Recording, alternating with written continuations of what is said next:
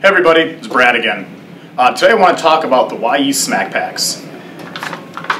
It is actually our most popular yeast brand, so we thought this would be a good time to go over sort of a tutorial and address some questions and concerns customers often have about the Wyeast Activators.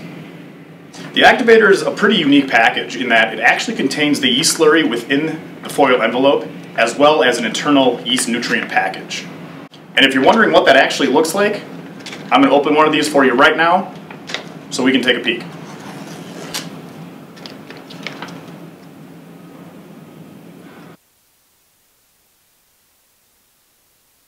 It's this internal nutrient pack that makes an activator an activator. Before you begin brewing, the brewer is instructed to first isolate this into the corner of the yeast pack and give it a good smack.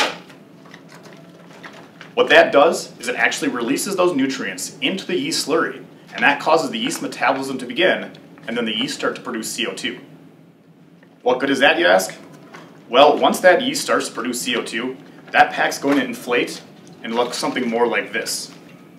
And when you see that pack inflate, you can be pretty much 100% sure that that yeast is active, viable, and healthy. Although the activator packs have this handy system in place for activating the yeast and also being able to visually check its viability, just like anything in homebrewing, it does have its quirks. The number one question or concern we do receive about these packs is that sometimes they do arrive to the brewer partially inflated. Most people would assume that the internal nutrient pack has been ruptured, but this is really generally not the case. These things do expand on their own oftentimes, and that's really not indicative of any mishandling or yeast viability issues. This inflation issue really only affects just a certain handful of yeast strains, most notably American Ale 1056 and also the Belgian Strong Ale 1388. Now this expansion is really due to the fact that sometimes when these are packaged, there's a slight bit of fermentables that goes in with the yeast slurry and also dissolved CO2 that is left over in solution. And over time, with any temperature fluctuations or agitation, this CO2 tends to come out of solution and artificially inflate the pack. As a demonstration, I'm actually going to pitch this expanded pack of American Ale 1056 into this little bit of wort I've actually made using some fast pitch. So, you might ask, how do you actually activate this? Well, as you can see, I really can't find that nutrient pack in there. I can still feel that it's in there, but I can't pop it. So, got a nice trick for that. Get yourself a nice sanitized pin and poke a small hole in one of the corners. Then simply just squeeze the air out.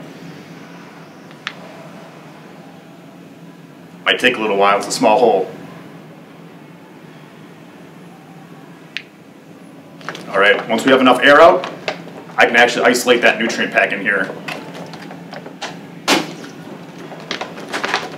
and pop it.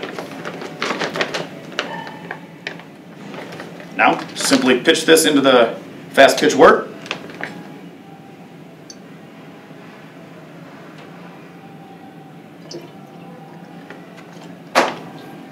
Put the stopper on it, set it on our stir plate, and we'll see what happens.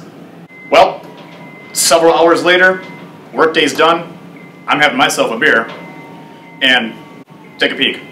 We got some really nice active fermentation going. Got a good head of krausen, we got bubbles coming out of here like crazy.